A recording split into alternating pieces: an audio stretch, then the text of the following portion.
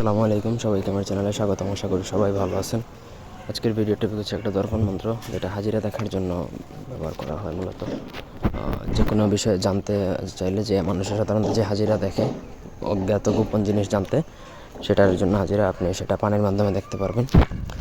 তো এটার আমি ফুল প্রসেসটা আজকে আপনাদেরকে বলে দিচ্ছি। ব্যক্তিগত যে কোনো প্রয়োজন বা যে কোনো কাজের জন্য স্ক্রিনে দেওয়া নাম্বারে সরাসরি ফোনে, হোয়াটসঅ্যাপে বা ইমোতে যোগাযোগ করে যে কোনো কাজ করাতে পারবেন, দেশে বা দেশের বাইরে থেকে।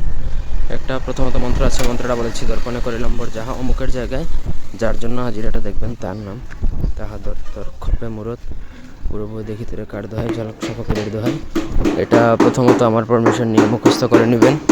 আমার পারমিশন নিয়ে মুখস্থ করার পরে সেটা সিদ্ধ হবে। তারপর আপনাকে একটা একবারে পিওর 100% পিওর রূপা দিয়ে একটা বাটি বানাতে হবে, বা কাঁসা যেই পাতিলের মতন একটা বাটি বানাতে হবে। সেই পাতিলের মধ্যে গঙ্গা জল বা নদীর জল দিবেন।